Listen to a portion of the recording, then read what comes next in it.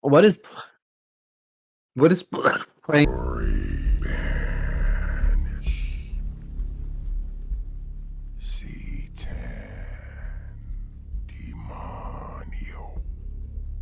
Dinaja. Abarera. Legos. Ram. Ori. Banish. C10. Demonio. Dinaja.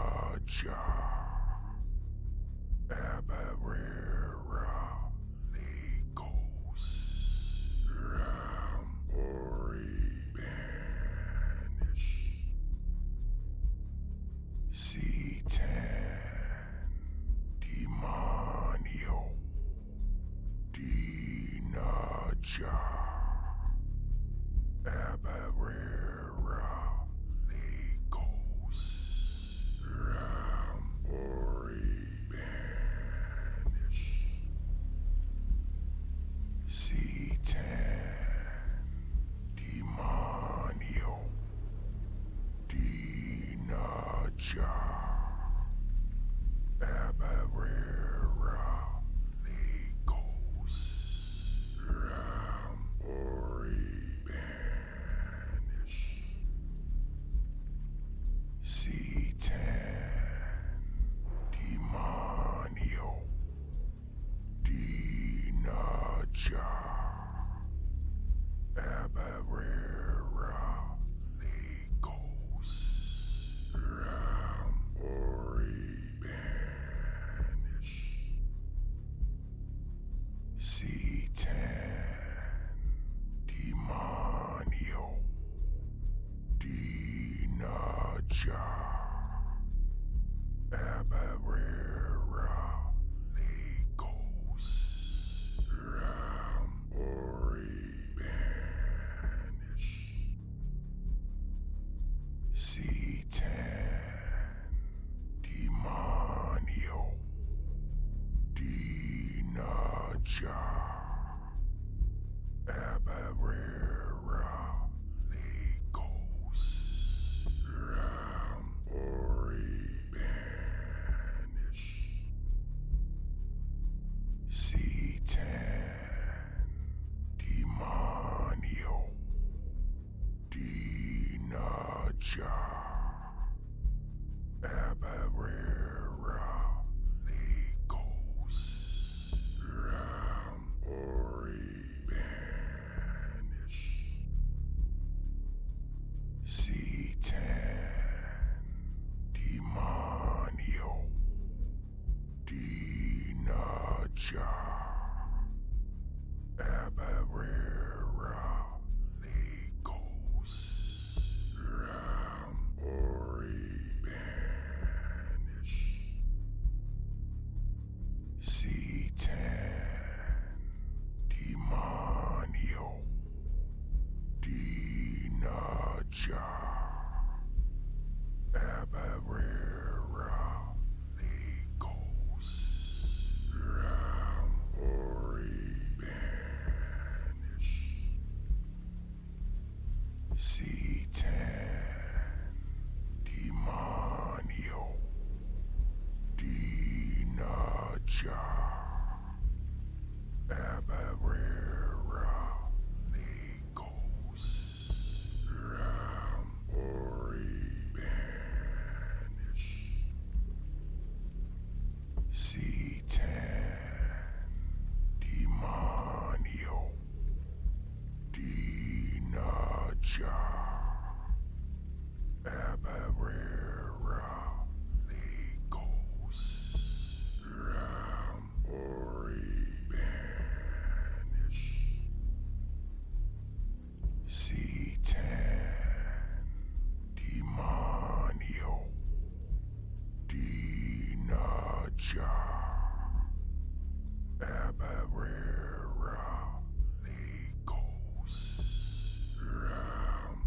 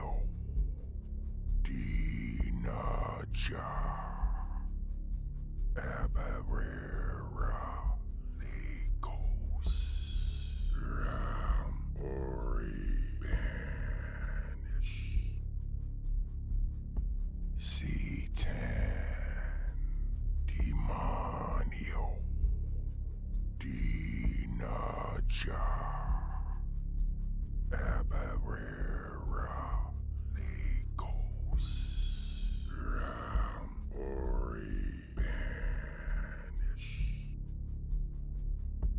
C10 Demonio Dinaja Abarera Legos Ram Ori Banish C10 Demonio Dinaja Abarera Legos Ram Ori Banish C10 Demonio Dinaja Abarera Legos Ram Ori Banish C10 Demonio Dinaja Abarera Legos Ram Ori Banish C10 Demonio Dinaja Abarera Legos Ram Ori Banish C10 Demonio Dinaja Abarera Legos Ram Ori Banish C10 Demonio Dinaja Abarera Legos Ram Ori Banish C10 Demonio Dinaja Abarera Legos Ram Ori Banish C10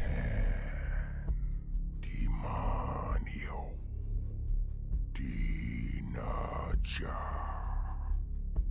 Abarera Legos Ram Chat! Hello, everybody. How's it going? It's good to see everybody here. I hope you're all enjoying the intro music, which was done by our good friend Behemoth X. Not sure if you'd necessarily call it music, but it was still done by him. And here we go. Hello! Welcome to yet again another episode of the Malice Experience with Adius Dayton, of course. Everyone's favorite tarot reader, Mystic Salon. Everybody knows that's the reason you come to see the show. And if anybody wonders what I'm chewing on cinnamon stick. It was my original stop smoking aid, and I just still do it. So it sounds like my teeth are rattling out of my head. I'm chewing on Doritos 3D.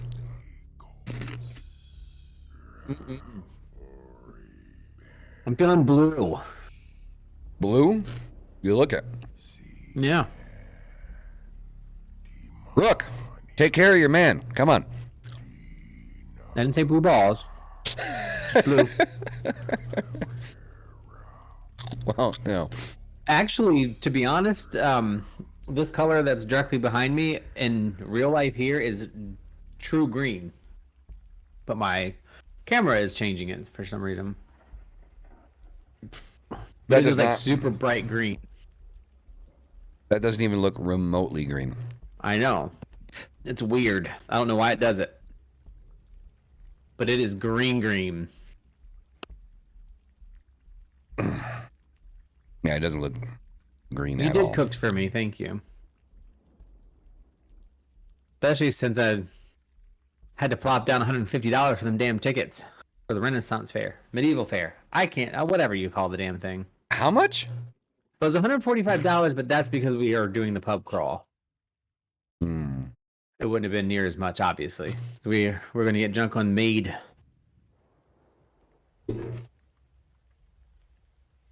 But it will be fun. So anybody who happens to be in Sarasota area, that's where we will be tomorrow. We're pub crawling at noon, and then we are going to just kind of meander around. Hey, quick question. How far are you from Sebring? Where have I heard that really recently? Not too, a couple hours, I think. I can tell you exactly. I have a couple of friends that when I was traveling up further to Jacksonville that were in Sebring.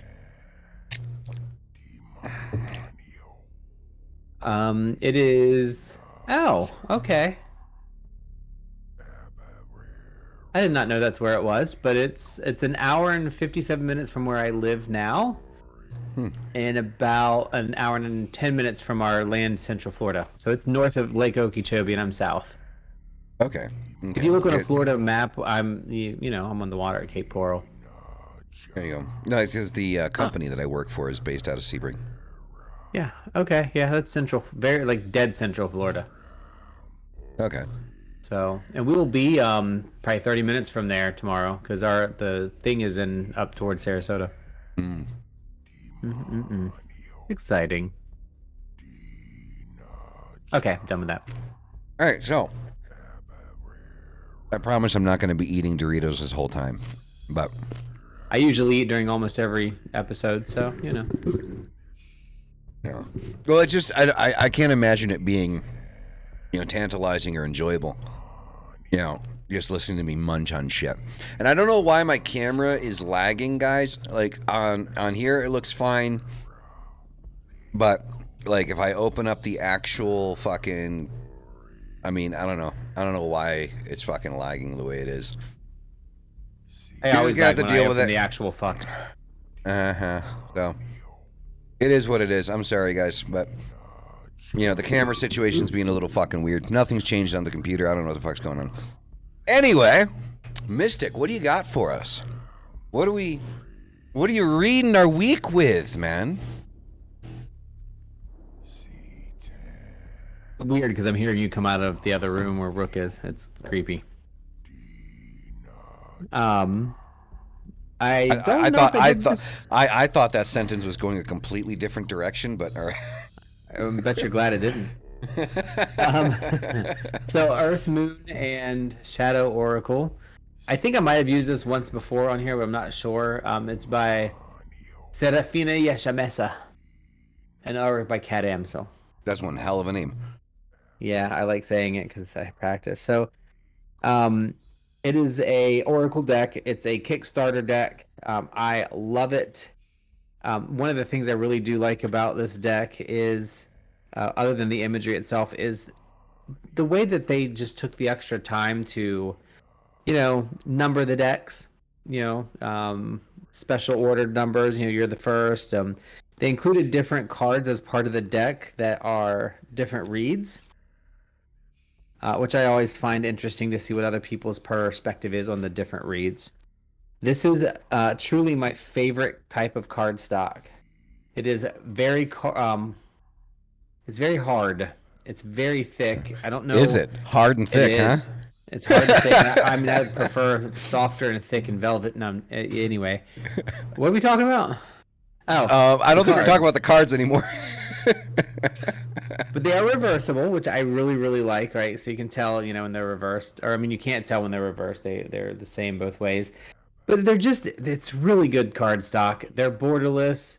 And they do have kind of like a border drawing on there, but they go to the edge, which, as we know, I love. But the imagery in these are just freaking pretty. So I'm gonna try to hold a couple up. So a little bit of kind of like a world tree look there. You got some Fibonacci math in there, and you got the land, sea, air, and land. As above, so below is the name of this card. What I Of like course it about is. it is when you think about as above and so below, most people think of duality. You have the top and the bottom, the in and the out, the within, without. But this is showing how much more as above, so below is as within, so without. Because it's also got everything in between, which I really enjoy. I like the imagery of some of these cards. They're very modernized in some cases, not always, but this is Autumn Winds. Um, let's see. Let's pull out Mischief and Mayhem. So the Loki card. Like this is something I say this a Nice. lot, but this is a type of image or artwork I would hang in my house in the witch room. It's really pretty. It's kind of cool. Yeah, they did, and they just did a really good job with it. And it's not like your standard Oracle deck where there's things are just kind of thrown together. You can tell it was very, very, very thought through. Like the Pathfinder, like this card is just, I don't know what it is about it that's just freaking beautiful to me. I love it. Um, That is very cool. but anyway, so that's the card. There's, some of the imagery has skulls in it. Some of them are very ethereal. Some of them are very modernized. So they're really evocative, and they really do give a response when you look at them, and that's something that I find very important with an oracle deck, because again, if you're not reading the book, and I don't, um I need the imagery on the card to speak to me. I can't just go with some random pictures and stuff like that. It has to be very, very open and moving for me. And what I find moving may not be what somebody else finds moving or enthralling, but that's kind of how it works for me. And interestingly, I do have another Kickstarter on the way that's the Minimalist Tarot. So I'm excited to see how I read that. It's no imagery at all. So, and I don't have any decks like that except something like Lenormand style. But anywho, um I hope you guys can't hear the dogs in the back, but he is just ticked off at the moment. I can't hear anything. Okay, good. Because he is on. I don't know what's got his tits in a row. That's one way to put it. Mm-hmm. All right. First card, Earthling. Very pretty. Nice. So I think we've actually talked about this well, not last week, but the last uh, group that we did about how we've gone through so much vortex and mixing of energies and how things are starting to smooth out a little bit from an energy perspective. And I think that's really important to really look at that whole grounding aspect of things. Despite what in the world is going on around us, um, we have to stay grounded. We have to stay put in some places. And even if we need to float off into space for a little bit and really try new things and go out, we still have to have a tether to kind of pull us back in when we need to. And so right now, the energy is going to be tethered. Anything that we do in the next couple of weeks is going to really allow us to kind of expand and grow, but it's going to hold us. I don't want to say hold us back because that's a bad phrasing. It's going to keep us from going too far out. Is actually the better way to say that. So really important to stay grounded. There's a lot of discussion about the difference, or a lot of things I've read, I should say, not discussion, where people are going back and forth about meditation and grounding and centering, all these things. They're not the same. And there's different ways to do each one. Some lead to the others. Like, for example, you can ground yourself sometimes by meditating specifically. But there are different practices and different purposes. So it's important to make sure that you do that. My grounding practice is generally going outside barefoot. That is one way to really connect with what's beneath you. It's pretty simple, pretty symbolic, and just straightforward. Going to the beach and putting your toes in the sand, especially at the area where the wave breaks on the shore, and you feel yourself kind of get sucked down into the earth a little bit. Also, another really good way to ground and then think about how you're connected to those things. But anyway, energy is grounding. That's going to be a big thing for a while anyway. Um, Spirit and Matter is the next card.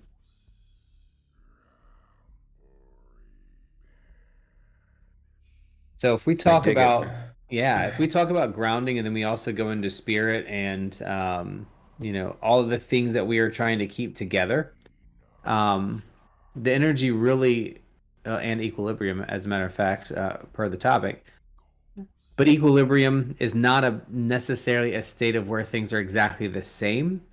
Think of things that have to be balanced in a way that is active and yes, fire ants. I see that. That is not a good thing in Florida. Fire ants are bad. But fire ants might help you get to the spiritual world. Just kidding. That's a bad joke. So again, grounding energy is still going to be important. This is bringing in that fact that we need to kind of experience what's in the clouds or what's up in the universe. You can see the bird is flying amongst what we would assume is the air, but also out into the space, so showing that we're going into alternate worlds and we're able to get away. But that first card is reminding us to keep that tether, though, right? Some may have heard of the long silver line. I don't know if that's the way some people believe in that part of astral travel or not. But as long as the theory is, as long as you keep the long silver line tethered, you will always come back from astral travel. You'll always come back to the earth and stay connected.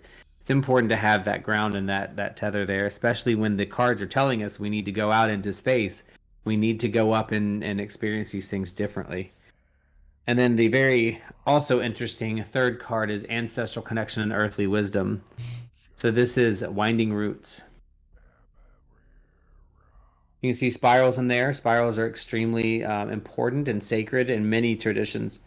And you see the tree that, you are using of the earth.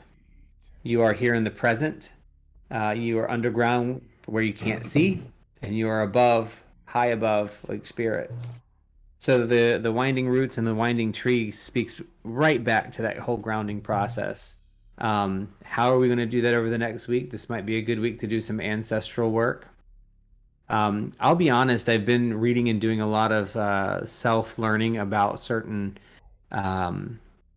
paths, different paths, and learning a little bit more about connecting to ancestor, but also recognizing, along with some other energies that have come in from some recent Dragon Reiki sessions, how important ancestors are, but not to get caught up in the ancestors that you just know, not getting caught up in just the ancestors that you have known in your life that have passed, or just your grandparents, great-grandparents. And when we talk ancestors, we're talking and fucking ancestors, right?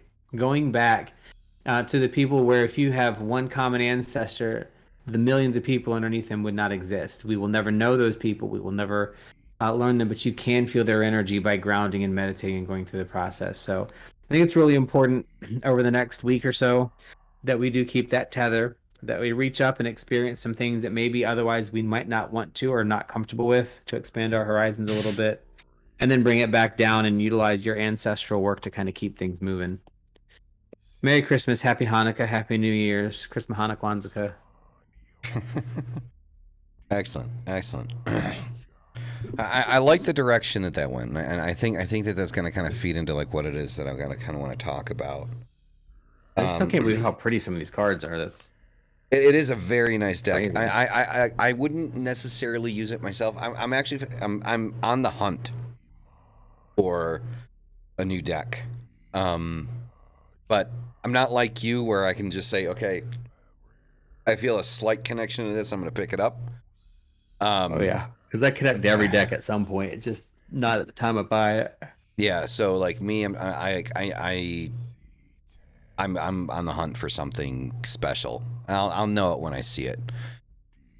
So, one of the things I want to talk about, if you guys see the title, right, that we have, that I kind of chose, right, is Demonic Balance versus the Rest. So, I think all of you in the chat know that I needed to kind of push back the release date of the book due to a lack of 25,000 words. And initially, when I first started hitting the book again, I had a complete fucking block. A complete block. Because I felt that the book was complete. I felt that what needed to be in the book was in the book. I felt that if I tried to add anything else to the book, it would be fluff. It would be unnecessary material. It would be just, that does not look right. It's bank bottle. Gotcha. So I just felt that being forced to try to add into these 25,000 words, to create more material for the book, for the publisher, was not what I was supposed to do, and I can tell you that I was completely wrong in that. Because as I sat down the last few nights, and I've been trying to put myself into the right state to want to write and want to create with the book, something occurred to me about what it is that I'm writing and what it is that I'm creating, the extension, the part 2, as it would be, which is how I'm doing it. I'm the book itself, the next section of it is literally labeled part 2, right? And that is being done because I don't want to add anything to what's already been written, what's already been put down. I don't want to change anything that's already been created for the book, because I think that would just be an injustice to what it is that was written and the point of why that was written. But the reason why I chose the title for tonight, when I talk about demonic balance, is something occurred to me as I started writing, as I started kind of putting words to paper, rather, screen. The reason this kind of calling kind of happened. There's a reason why I keep talking about occult unification. There's a reason I keep talking about balance. And it's because as a society, we lack it. Now, I understand what Mystic's perspective is that balance is different for everybody, and that's true. But overall, as a people, as a society, as individuals, we lack balance.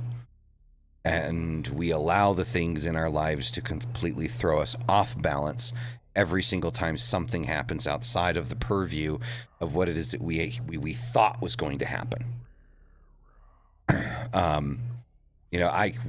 We could talk to Mystic right now. Mystic is going through some stuff that's throwing him off of balance. It's not my place to say anything, but there are some things happening that's throwing him off balance. Whether that be emotionally or physically or spiritually, however that may come across or happen. Worry, as human beings, worry and stress throws us off balance. And why does the worry and the stress throw us off balance? For me, I realized that worrying about things like paying bills or, whatever the situation may be, my job, my friends, my family, is because you feel like you're losing balance because you're losing control. And those two things should not be synonymous. Your ability or inability to have control in your life should not dictate your balance. Your balance should not be dictated by that, because there are so many different things, so many different actuations in life that you can't control, or that things that can come out of the blue and throw things out of whack. Balance has to come from someplace else. And the reason why I talk about demonic balance is I feel that balance, true balance, comes more from the demonic than anything else. Because I think that so many of us try to associate being a good person with what society says being a good person is, and doing these good things is what's going to make you a good person, because the rest of the world says, hey, this is what's going to make you a good person. This is what's going to make you a good person. You need to do these things because this is what makes you good. And that's just not true. You don't have to believe in God or Jesus to be a good person. We know this.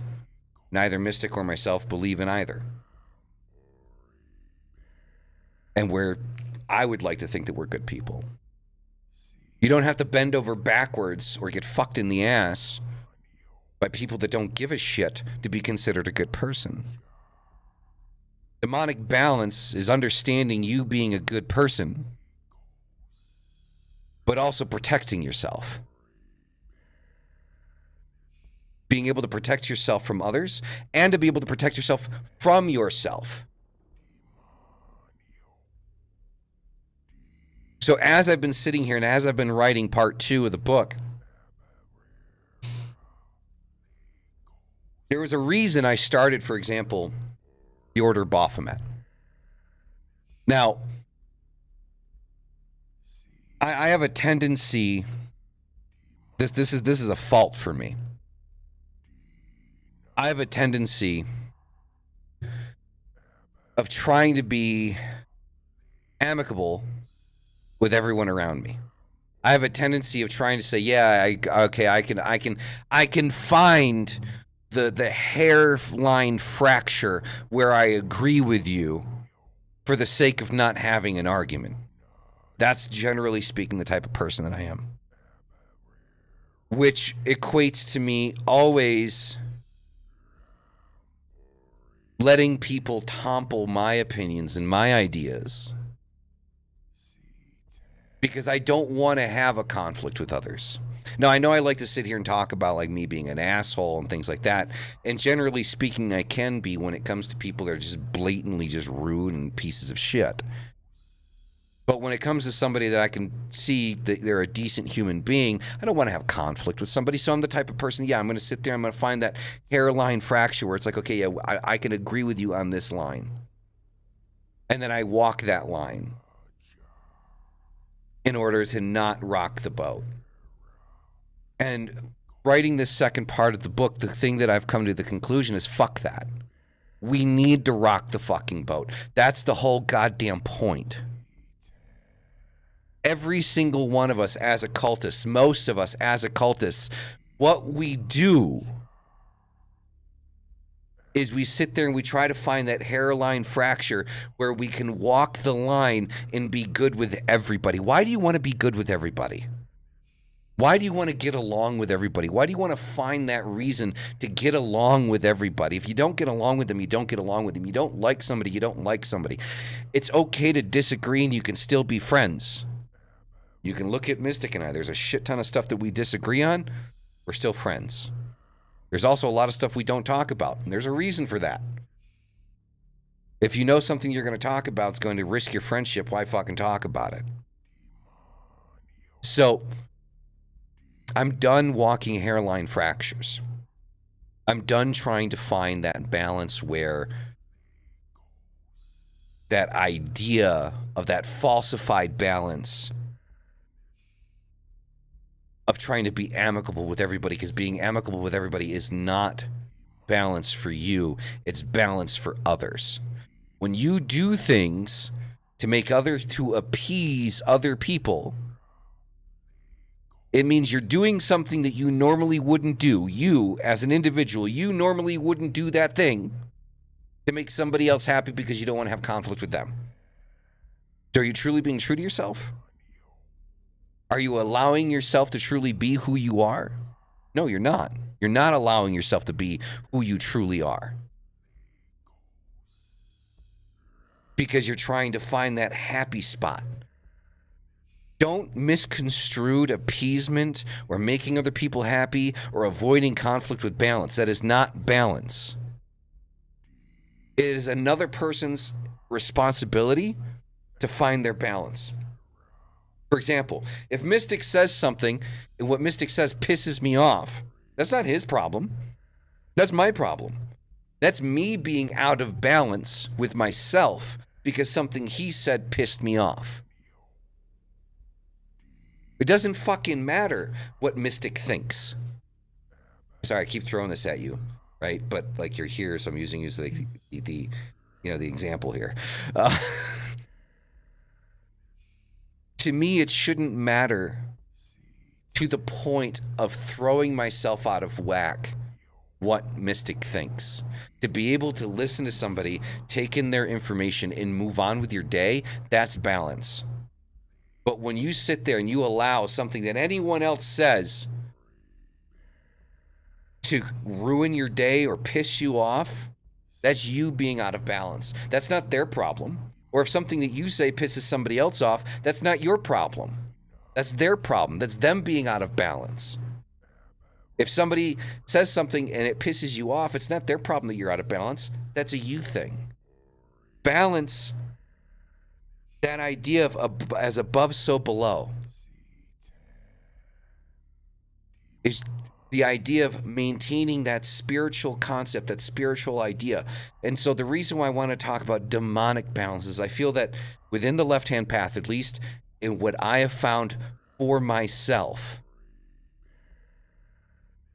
sometimes it's better to avoid conflict. If that's what you want to do, then that's what you want to do. That's balance for you. But you shouldn't have to try to sit there and avoid conflict in every single situation just for the sake of avoiding conflict. Yeah, I think that just from trying to listen objectively, I don't think you're. Maybe I'm wrong. I could be wrong. But you're talking, and your words are in absolutes. That is one of the things that has always shown up to me as something that we have to be very careful of. And we've talked about this a lot before in other topics. If something is so hard that it does not bend, then it will break. Same thing happens for us as human beings. When if I say something that pisses you off, it isn't just your problem. It is also my problem. Communication in human nature is more than just two ways. It would be concerning. It would be something that I'd have to address. It would cause me stress. It would cause you stress. So it's not just somebody else's problem. Everything, like there is a art and a science to those things.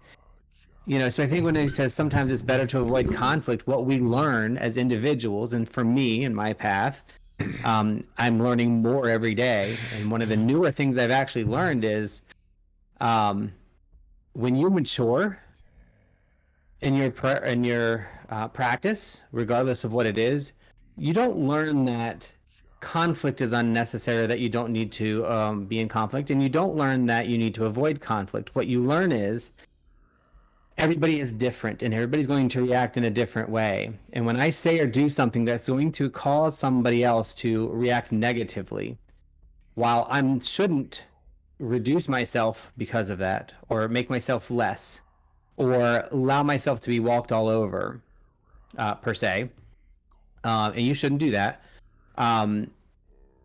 Avoiding a conflict or adjusting something out of that to avoid it isn't necessarily avoiding the conflict. It goes kind of with what Ephemeral says, not all battles are worth fighting. It's not even that. We are at different places in our lives, all of us. So what I see as an issue and somebody else doesn't see as an issue, the mature person is going to recognize that, allow it to exist in its own space, not change who they are, but also realize that it is going to affect both parties and it's going to affect both sides of the coin. So as above, so below, literally to me means what I say affects you and what you say affects me, and both in and both out, because we are of the same universe. We are of the same energy. You just might not be the person that is currently upset and angry at everything that's going wrong like I am, because that's where I'm at this moment in my life. So it's important to me to allow those spaces to exist, because as above, so below, as within, so without.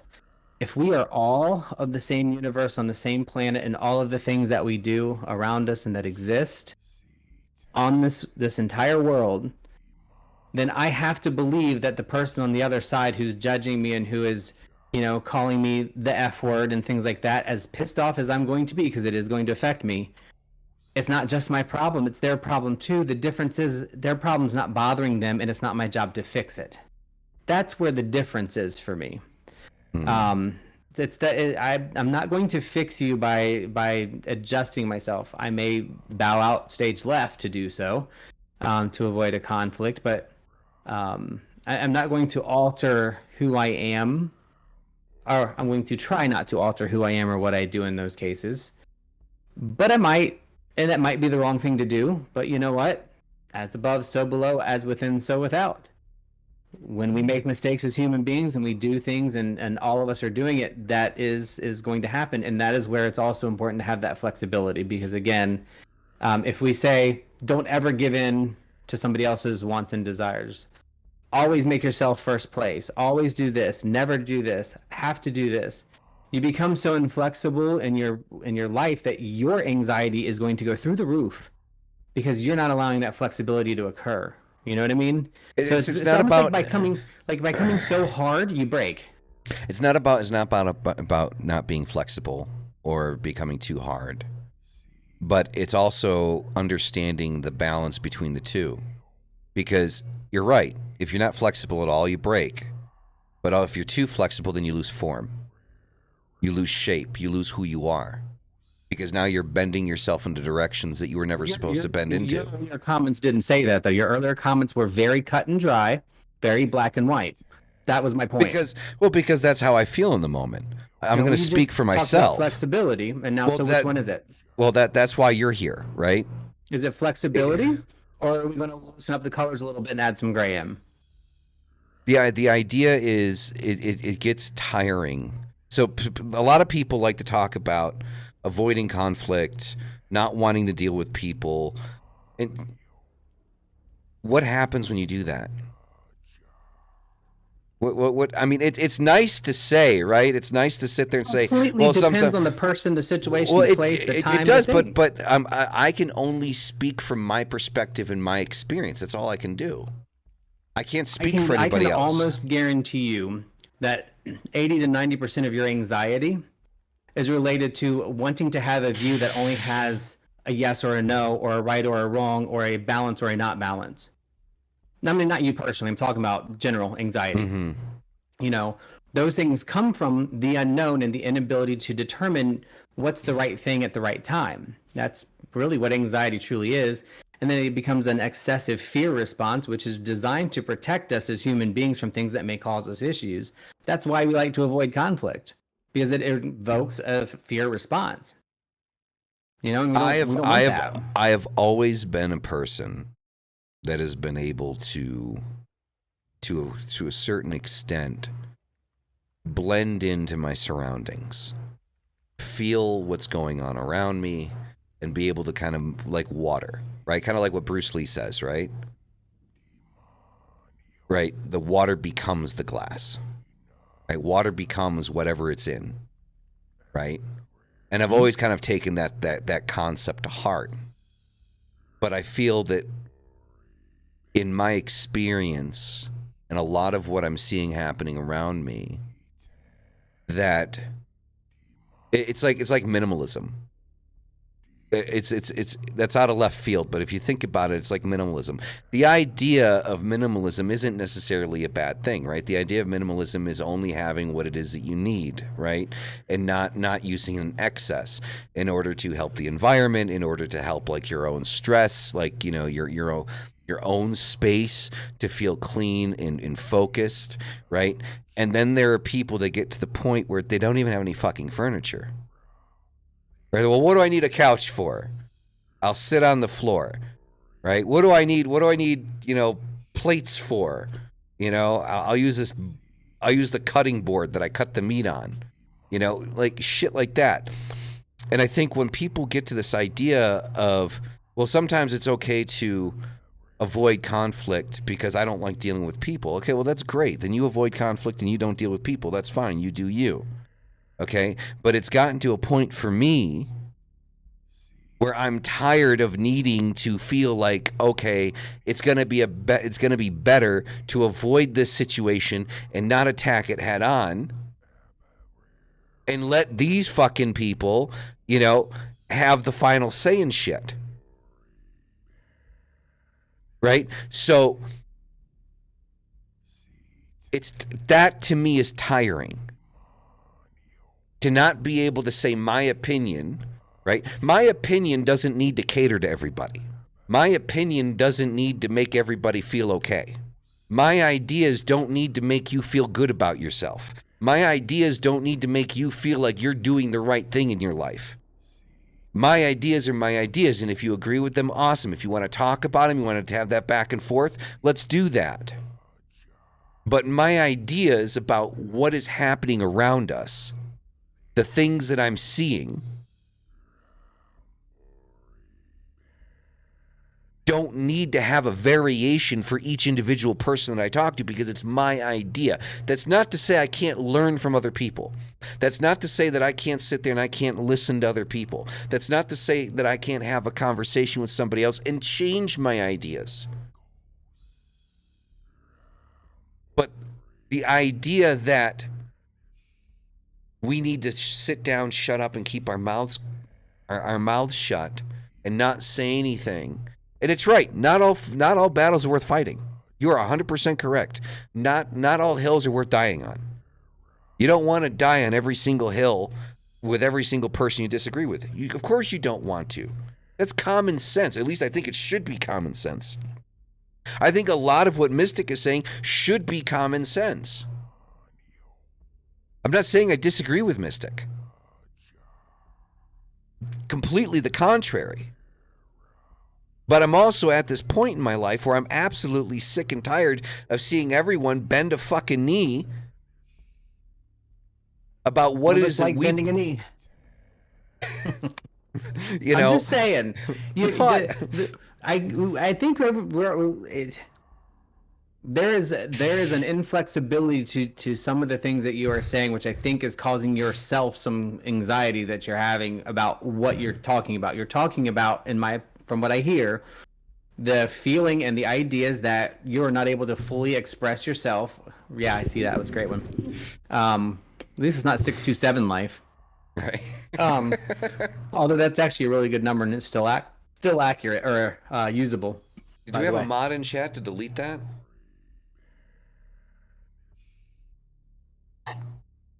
Mm-hmm. I don't know what Rook's doing. He failed. But I think it always goes back to when you're seeking balance or when the topic is balance, and I don't know because I'm not involved necessarily in all the practices that everybody else is in here, but in the very recent readings that I've done on the left-hand path, it is very heavily focused on it's not, and I don't know how to say this properly. It's not that you have to or should consider allowing your opinion not to be heard or your voice not to be voiced. It's knowing that you don't need it because that's not even part of the process or the path that's necessary, right? And so when you bend your idea or your thought to somebody else, or it's the assumption that because you don't speak up or because you don't engage or you don't create conflict that you're giving up on your ideas, when in reality it's the realization that it doesn't need to matter because it's yours. You already own it. It's already there. I don't need, this is a recent realization with my job. I've been doing for my entire career. It's been all about what am I going to achieve next. I define myself by my job. I define myself as a nurse. I define myself as the things that I feel are most important. And I'm realizing that they're only important to me because they were important to somebody else. And now I'm realizing and recognizing that it is not important for me to have my opinion heard. I don't need to argue my opinion with anybody. I still do it because I fail often. But there is nothing in my spiritual path anymore that has anything that says or feels that I need to give a shit or even try to make my opinion known. It's just not important because my opinion isn't designed to change them, not because I care that they do or don't change, but because I recognize them as an individual. So I don't need to. I want to have heart-to-heart conversations with people and just talk and listen and hear and engage people in a general sense of wonder of what's coming in the world next that we don't know about. I can't do that if I'm preoccupied with my opinion and my concerns and what I want, because what I want is not going to matter when I'm dead, number one. And number two, what I want matters to me, and I'm going to make that happen regardless. part of the left-hand path, right? I'm going to manifest it. So I don't need to be loud for somebody else. I don't need to worry about whether somebody else is going to take my opinion as a creation or not. It's just not necessary. Now, am I there yet? Absolutely fucking not. But it is something that I'm trying to work towards better.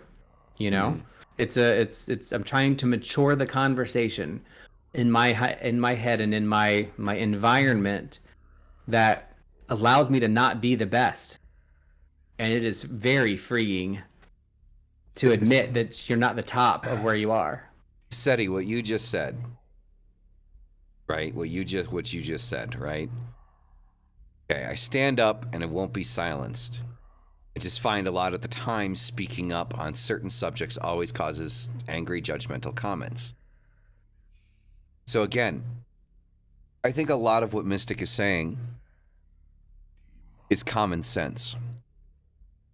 And maybe I should speak from a point of common sense more often. I think there are things that are just things that we should understand and shouldn't have to be mentioned. I don't think that's common sense at all, to be honest. I think it should be. I think it should be common sense that not all. It should be, but it's not.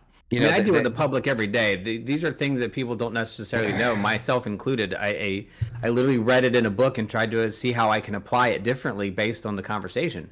I mean, that's what the conversation is. Because I'm not trying. Don't misunderstand me. I'm not trying to sit here and say that people should be like screaming at the top of their lungs trying to get their opinions across. That's not the point. And if you think that that's the point that I'm trying to make, then I'm not speaking clearly enough. I'm not explaining myself well enough, right? I'm not going to blame you and say that you don't understand, but it's me not explaining myself well enough. That's not the point that I'm trying to make. I do believe that those types of things should be common sense. When it comes to the Order of Baphomet on the like in the fucking tenets, like it mentions, it talks about, it says that if you're coming to me to try to figure out how to be a good person, if I have to tell you to be compassionate, if I have to try to tell you to be, understanding, empathetic, if I have to tell you as a religious figure or a spiritual figure that you need to do these things, you have other things in your life that you need to learn before you come talk to me. Because for me, that's common fucking sense. Like, being a decent human being.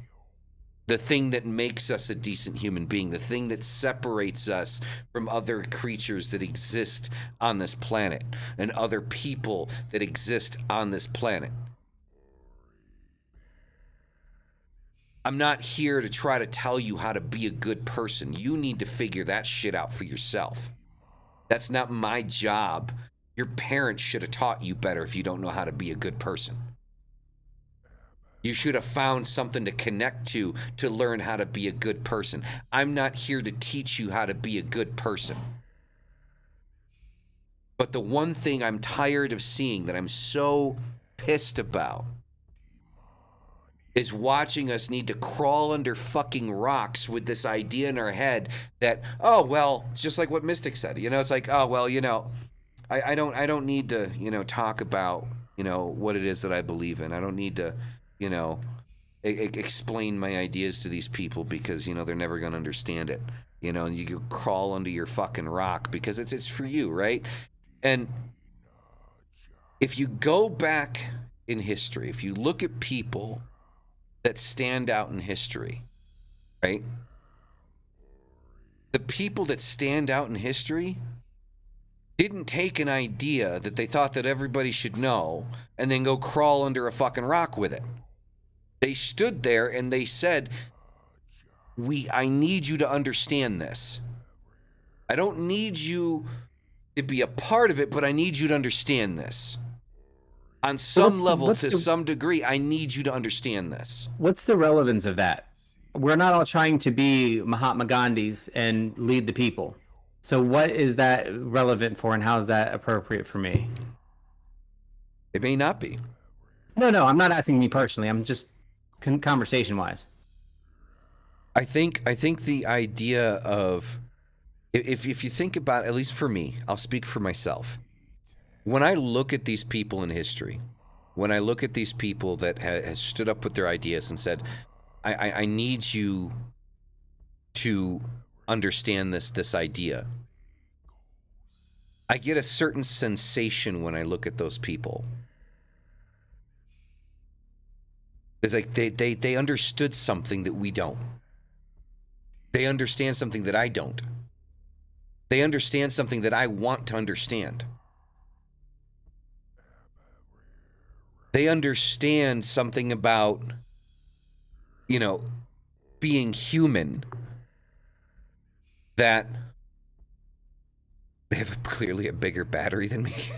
See, I don't have that desire. I have the desire to do that for that's myself. Fine. That's fine. Yeah. That's fine. There's, But when I look I'm at here. people in history, the other thing though is you know, when I look at history, a lot of those people in real life or whatever their reasoning is for where they are and how they're heard, probably not the best case scenario in many of those pieces. Well, But some of them know, like, obviously, Yeah. but again, I think that should be common sense. Like, I'm not talking.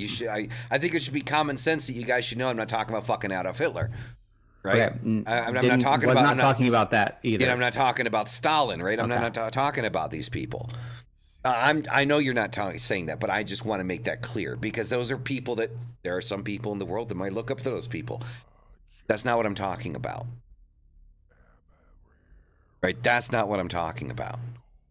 And there's ways of standing up and being and projecting what it is that you want people to understand without being confrontational.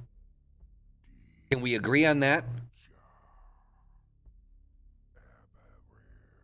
Can we agree on that idea? That there are ways of being non-confrontational but still allowing yourself to be heard? It depends on, yes, we can agree on that. But this whole entire conversation depends on the context of what we're trying to get across. You know, are we trying to talk about balance and demonic balance, which I still don't know what that is, or understand what that means, honestly. Or are we talking about the idea that, you know, if I am being oppressed, I will speak up for myself? Doesn't mean I can. Or if I see somebody being oppressed, I'm going to help and set up and speak for them. Doesn't mean that I can, but that is something that is considered good and I would want to try. I'd want to kind of go with, right? Or does it mean that I keep my mouth shut when there's nothing that I need to share? You know what I mean? So it's to me, it's contextual. So the point of the demonic balance, I haven't gotten to that yet, because we kind of got, as we normally do, diverted into the semantics of the conversation, which is fine. Is fine. There's not a problem with that. But I feel that are there going to be people that don't want to stand up and don't want to say anything? Yeah. I'm trying to speak out to the people that have that same feeling that I do. I'm exactly. Thank you. Obscura actually said it perfectly. It's getting to that point of making yourself feel smaller so other people can feel comfortable. Of holding yourself back.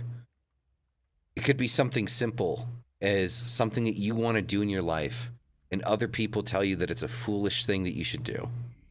That, let's say, I don't know, something, let's go to an extreme. That you want to be an actor. Right? That's your dream. You want to be an actor or an actress. And everybody around you, your friends, your family, everybody that you know, turns around and tells you, that's so fucking stupid. That's such a dumb idea. You're never going to do it. Like, you know how hard it is to do it? And all they do is they sit there and they tell you how hard and how difficult and how fucking impossible that is. And what happens? Eventually you sit there and you start to fucking believe it because you care about these people. What do?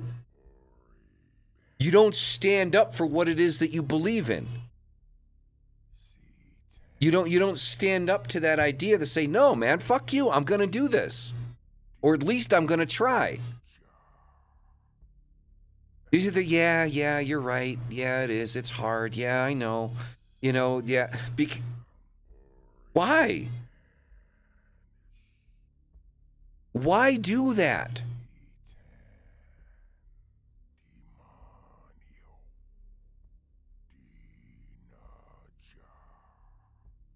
Mr. Kittles, I have no idea who you are or where you have messaged me.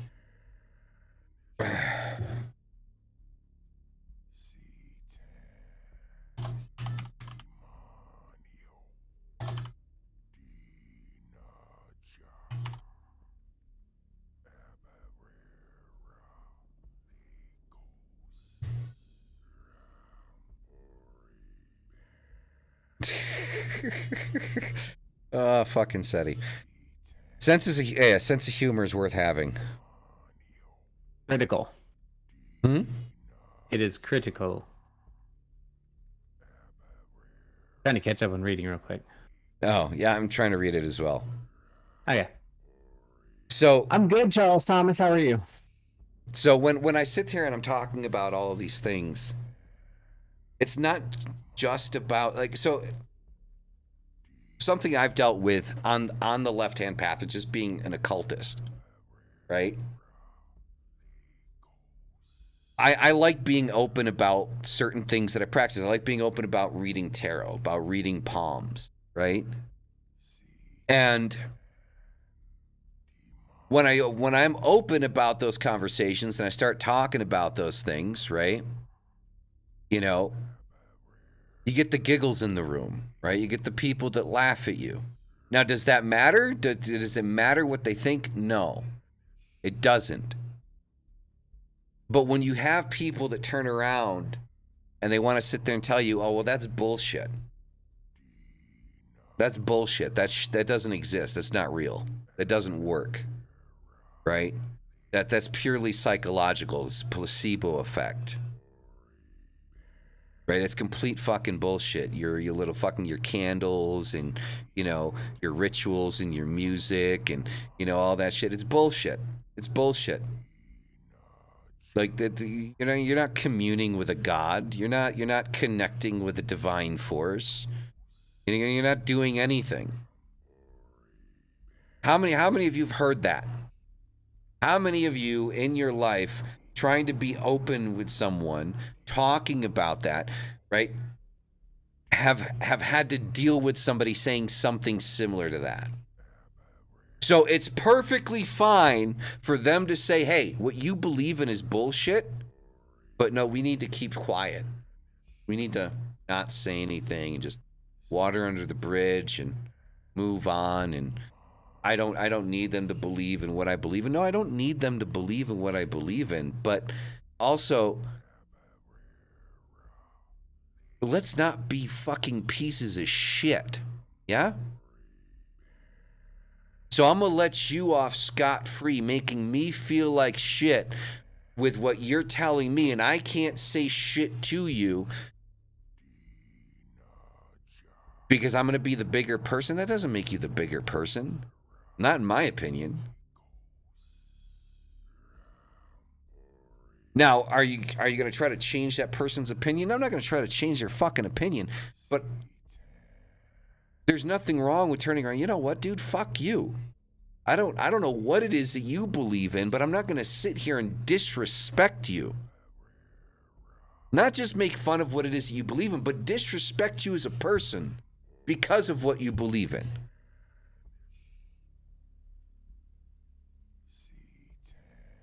These are the things that are driving me up a fucking wall.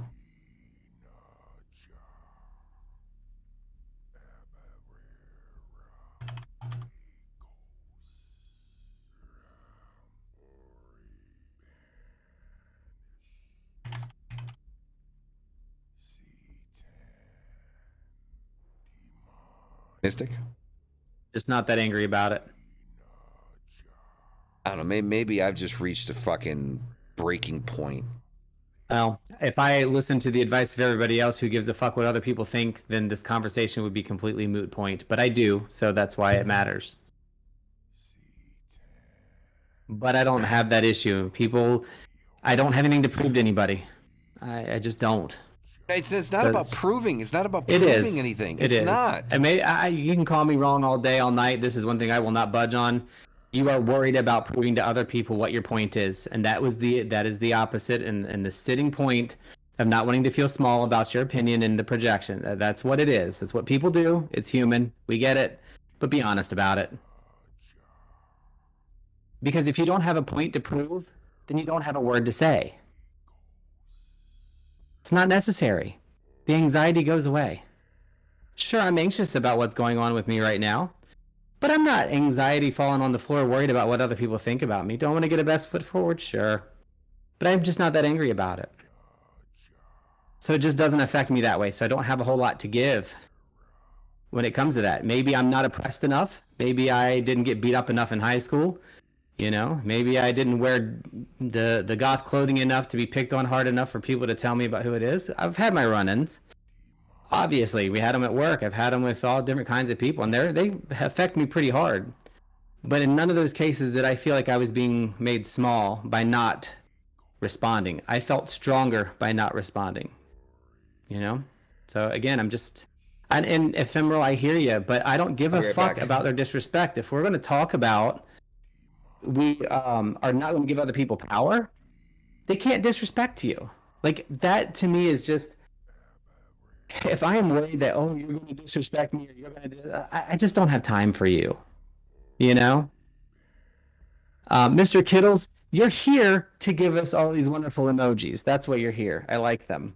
So keep them up.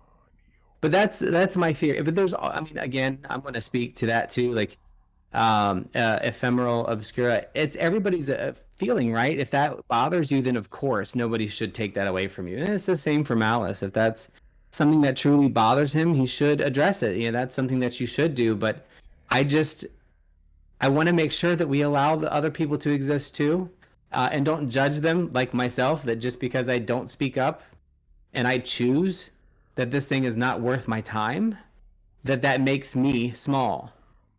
Right? It is flexible. We are so different people. You know, there's this, I really wish I could find the story or remember the story. You know, when you think about, like, you know, when people act out and some of the things they do and who they are, you don't have to sit around and take it. And you don't have to put up with it to be treated poorly, or to be dismissed. But if somebody is disrespectful to you and your only reaction is you have to tell them that they're disrespectful and make it right, that is your problem. That's your immaturity. Because I don't need to care if somebody I don't know or somebody else disrespects me or not, you know? That's just really important to me. Now, I think it's important that we allow everybody to have their opinion and how they feel, and, you know, over how, you know, whatever is bothering you at the moment or whatever things happen, it's if that is important to you, then that is important to you and you should address it. But my point for me is, it's just not important to me. Like, I just don't feel the level of trying to really correct somebody because they disrespected me, you know?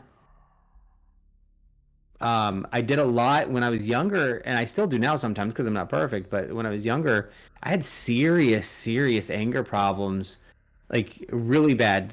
Was in therapy, was just angry all the time, and it's because I needed to make sure that other people knew who I was and knew that, you know, I shouldn't be disrespected, and how dare you say something that minimizes me as a person.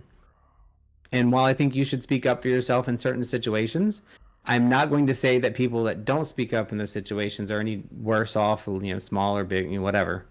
I just think that that's important to me. I'm just really not of the disrespect thing, you know. I've heard people get real mad and just go on these tangents. You going to disrespect me? You going to get, you know, it's just, I don't have time for that. That is a conflict that I'm not going to win. It's an argument, you know, you can't argue with a tree. The fence post or whatever they say. But the clearing point for me is just being clear and honest with what the purpose is in the long run. Like, what's the back end of that and why is that important? So I just don't have that response. And I try to refuse to allow people to rent a space in my head, but I'm not always successful at it. But it is something that I've tried to push lately a lot with myself. And it's a lot of it came from Joy, the our friend Joy, who I spent a lot of time with, holding me back to the whole allowance box. When you have a reaction or a feeling, put it in a box, examine it. Even if you do it right or wrong, figure out what it is and why you're doing it. Why are you so angry about this one thing? Why is it so important that everybody knows that you're these things? And it is important to us as humans, but in the big scheme of things, it's not. And I actually do talk to trees. I don't argue with them though. They're probably usually accurate. But I get the other side of it too, I think. Because again, I fail at it too, but as a human, I want people to know who I am. We want to make a mark, right? But let's say that. Let's be honest. Like, I want to make a mark on the world. If that's what you want, do it and say it. And Mr. Kills, don't make me ban you for being mean and disrespecting me. Just kidding. I had to say it. Did I say Mr. Skittles? I think it said Skittles. I mean, it's pretty fucking close to Skittles, right? It's close. I think I said Skittles. The example, Sophie, that I was trying to think of, it involves dogs, but I don't want to say it and screw it up. But it goes along. I'm gonna have to see if I can find it here in a minute and share it in the Discord or something, because it very clearly walks through where my brain is at on this specific subject. It's not where I want to be, but it is where my mentors and my friends and family and the things that I've been recently reading, it's where they tell me I should be heading. But I can't find the right piece for it. All right, so moving into what is demonic balance. Yeah, because I got to get up early tomorrow for the medieval fair. I cannot even speak it right. So, now you're rushing me. Yeah, now. Right? Well, I mean, if we started on time, everything. Fuck off. So, the idea with the idea that I'm putting down in the book, what I'm calling demonic balance, is based off of kind of like a phrase that, or kind of like a saying that a lot of people have, or that I've heard quite a bit about, fighting your demons, right? Like that we all have our demons. We all have, the things that we don't want to touch on, that we don't want to ignore about ourselves. Demonic balance is the idea. It's not necessarily about the spiritual demonic, but the demonic inside of yourself.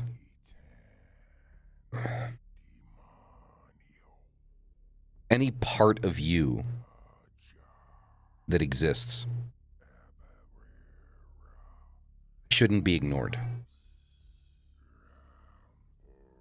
Even the parts that other people don't like, the things that you've been through, the things that have happened to you, like whatever the case may be, and it's different for everybody. It could be an opinion that you have. It could be, a story in your past that you want to ignore, you don't want to touch on. Demonic balance is probably the least spiritual thing in the book, but I use Baphomet as like my anchor point. Baphomet for me is my anchor point. Is because Baphomet is that absolute balance. Right? Is that balance inside of all things, is that balance of self.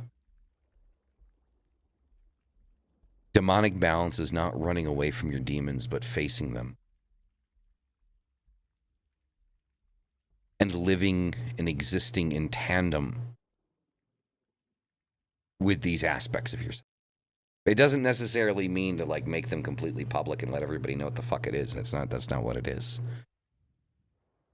But it's trying to find a way inside of yourself to be able to live with these things. And for me, the way that I do that is through Baphomet as like the catalyst. of the focus of trying to be in balance. Balance is knowing and understanding what hills you want to die on. Balance is knowing that the things that you've been through or the darker aspects of yourself that people don't like isn't necessarily a bad thing. Or that the bad things that happen to you don't have to be bad today. Because the things that happen to you, the things that we hate about ourselves make you who you are. And if you, to some degree, like who you are as a person, the things that happen to you, your demons, are a part of the reason why you are who you are.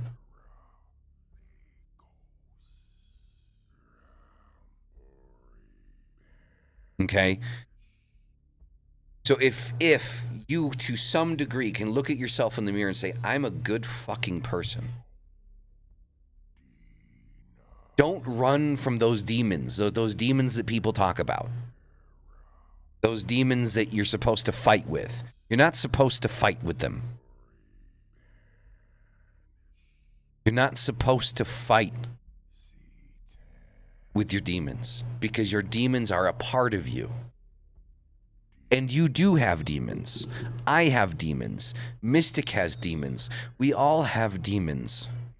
Yes, you do. Yes, you do.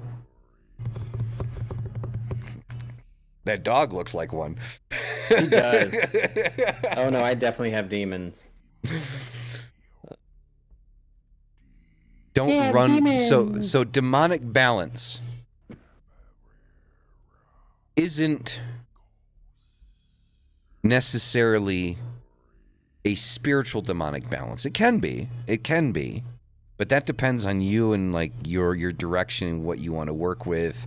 That's completely individualistic. The demons that I'm talking about are the demons that we all hold inside of us, the things that we run away from, the things that we ignore, right? So, for example, I'll use myself as an example. I was abused as a kid. I had the shit kicked out of me by family, by my stepdad. Like, completely fucking just like obliterated, like the shit kicked out of me, like bones broken, like fucked up shit. I've been molested by multiple people as a kid. Right? I was tied to a fucking tree and left in the woods to fucking die, right? It's in the book. I talk about it in the book. Right? Somebody fucking took advantage of me, tied me to a tree, and fucking left me there. And as a 36-year-old man, there was a point where I was sitting there and I was thinking, like, when that anger inside of me, when that darkness inside of me would rise up, right? There's a part of me that would say, I would say to myself, I would be like, Adius, what the fuck are you doing, man? Just fucking, you're 36, let it the fuck go. Like, you're such a fucking bitch for letting it bother you.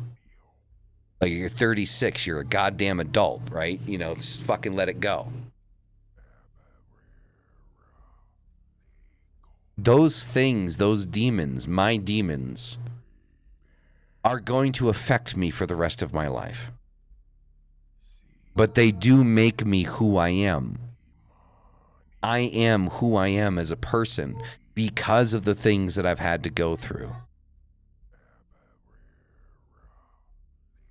Now, I may not like thinking about those things. I may not like, you know, putting those things out there. But those demons are part of the reason why I am who I am today. And yeah, I do like who I am generally as a person. Otherwise, I wouldn't be putting myself out here for however many fucking people to fucking scroll through and listen to this fucking story. Those demons help make me who I am. That doesn't make it okay to deal with it. It doesn't make it necessarily easier. But understanding that those darker aspects of myself help form and mold me into who I am,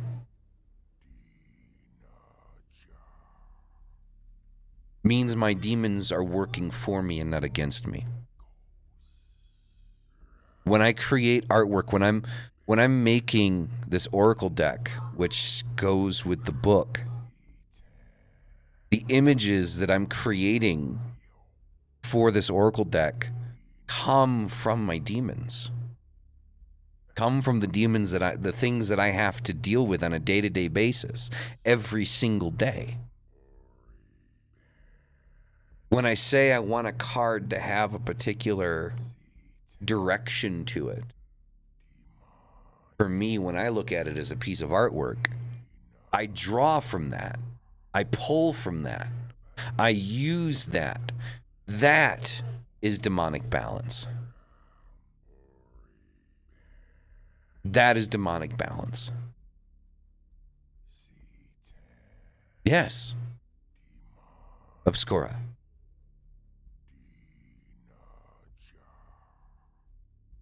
So that is where I'm sitting. That's why I wanted to talk about demonic balance. And when I say demonic balance versus everything else, when I say everything else, I'm talking about the ideas of people thinking or trying to tell you that your balance should not include your demons, should not include that dark side of you. That you, in order to be balanced, you need to let go of the past. And I personally completely disagree. I think if you keep trying to let go of the past, you're throwing yourself out of balance because you're trying to let go of a part of you. It's not to say to sit there and let it stop you from being a functioning human being, but finding the way to work and incorporate yourself into it. Use it as fuel. Take that pain, that anger, that anguish, that disgust, that just horrible internal chaos, because chaos is energy, and give it a direction and make it work for you. Now, I don't know if Mystic is nodding his head because he agrees with me or because the hamburger tastes good. What? Both. It's a very it's very consistent with psychology. I'm a big fan of Carl Jung, and I follow and read a lot of Same. Carl Jung. And a lot, not all of them, but a lot of the ideas make sense. The two main things that stick out is shadow work, which I know we throw around shadow work very much in general, but it is an actual process. Like, there's an actual piece to it. And it works alongside of those things that we have to address as we get older. The difference is, how do you address them? I've seen some people make comments in the chat, such as transmute it. Beautiful way to put it. That's one way. Embrace it. All of those things to me are the same thing, and it makes sense to kind of what you're speaking of. Our goal isn't to erase. And I don't know, I really don't know that I've heard a lot of people in like our circle or my circle, or people that I associate with personally, spiritually.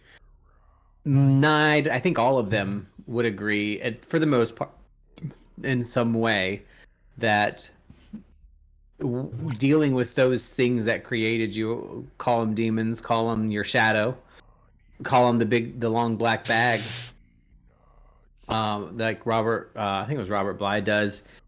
They're all the same thing to a degree, at least in theory. We all have those things, and I was reading something today that was very specific on trauma, that said, trauma is not what happened to you. Trauma is what happened inside of you. And that is what creates the demon, and that demon cannot be removed by anybody else but you. Or it cannot be assimilated or addressed or lived with or transmuted by anybody but you, because you're the one that put it there.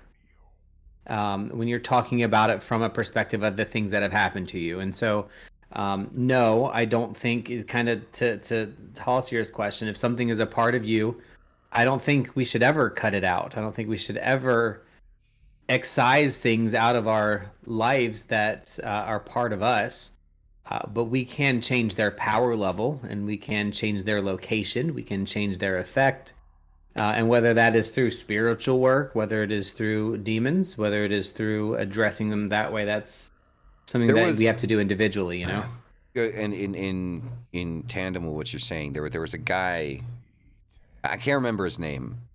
It was like a YouTube short or a TikTok or some shit like a long time ago that I saw. I guess the guy's like, I guess he's like a modern day philosopher. I can't remember his name. I have a couple really good ones. But he said, he sat there and he talked about it. He said, okay. He says, we talk about if only I had, like, I don't know, like, if only I had better opportunities, if only I had different parents, if only I had a different upbringing, if only this thing didn't happen to me, or if this did happen to me. And it's like, okay, let's take that situation. Let's say you can go back into time and you have the power going back into time to choose who your parents are.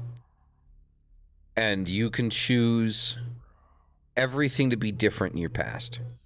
Everything that hurt you, everything that, you know, you would want to change, you can change it. Right? You can change who your parents are, who your friends were, where you went to school, the decisions that you made. You can change all of those things. And then you do that, and then you come back to present. You're no longer you. It's a form of suicide. Mm-hmm.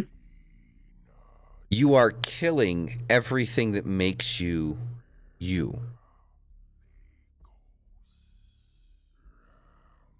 If you were to do that. Agree 100%. Everything that you like about yourself would be different. Because you wouldn't be you.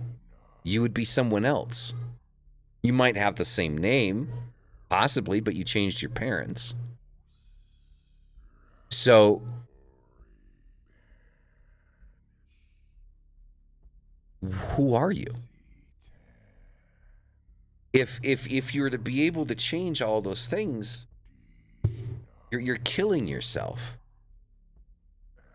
Which is why, like, I don't like the idea of, like, so for example, like when Mystic said, like, I like that he kind of like switched it up and he added on to it, but I don't like that he said, like, remove the demons. I do like what Seti said, that maybe the demons are fragments of our soul that splinter during trauma and pain, and we need to accept and embrace them. I agree with that 100%. And that is what Seti said. That is a very elegant way of explaining demonic balance. Demonic balance is understanding that the demons are a part of you, whatever they may be, and learning to be able to live in balance with your demons will give you power. It will give you power. It's given me power. It's something I'm still working on a day-to-day basis. I haven't perfected it. I'm not an expert. But it's a realization that I've come to.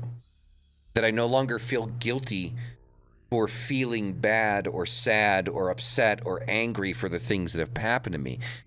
Because that sadness, that depression, that anger, that anxiety from the past is a part of me.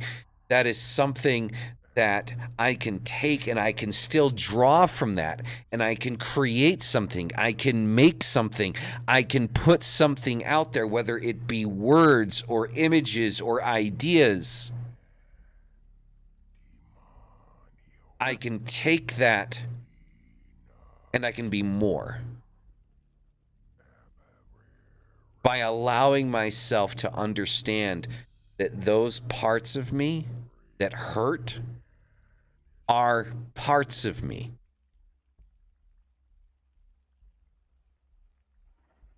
And I can work with them instead of working against them.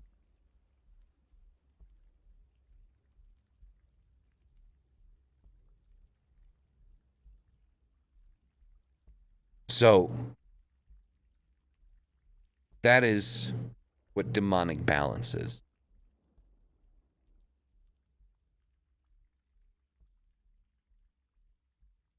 So when we compare that to other spiritual concepts of balance, I've seen a lot of these concepts of balance talk about removing the demon,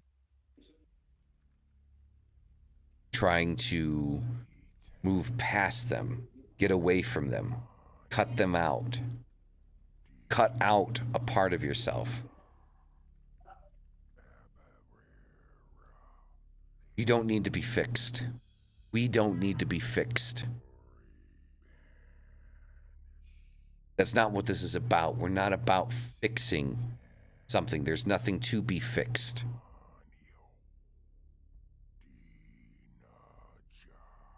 Be able to accept every part of yourself. Hence the phrase, hail thyself. Exactly. Exactly.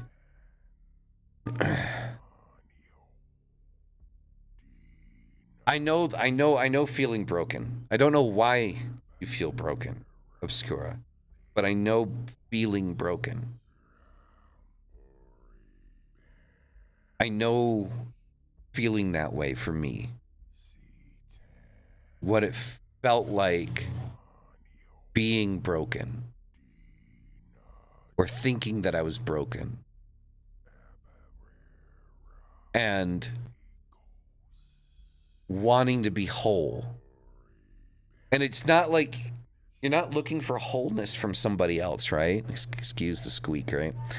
It's not like you're looking for wholeness from somebody else. You're not looking to try to complete yourself someplace else, but feeling complete inside of yourself. And I'm just starting to get to that point. I'm just starting to get to that point where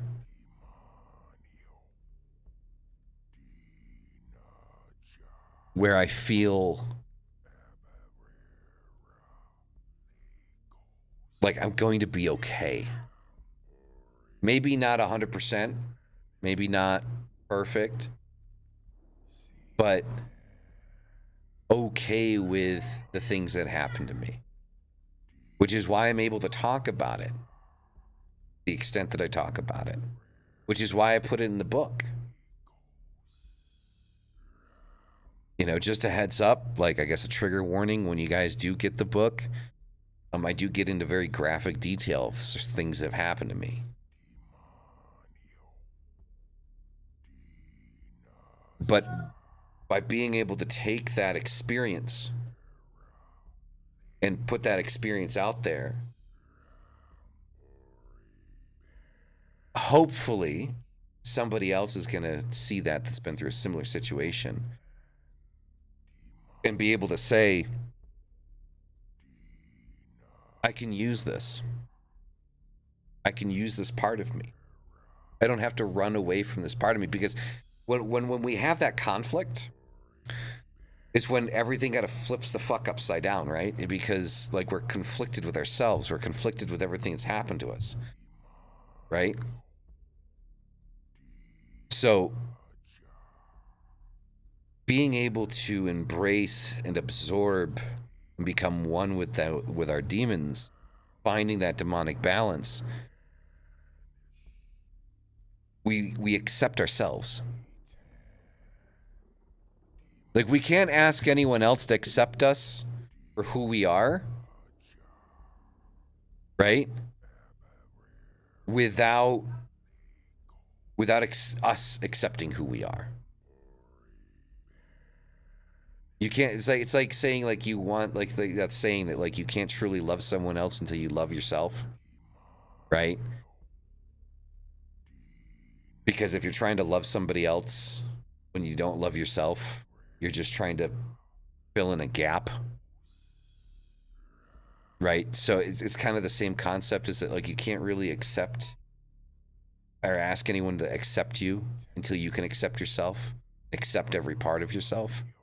And yes, it's very similar to, yes, you know, Carl Jung and working with the shadow, and you know, allowing those parts of the ego to kind of come to the forefront and working through the ego, right?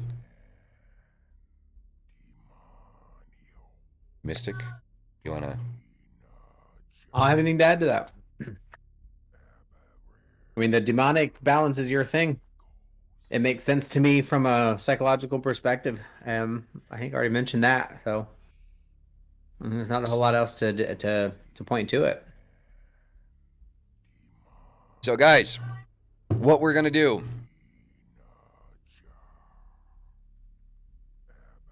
It'd make a sensey. So hold on a second.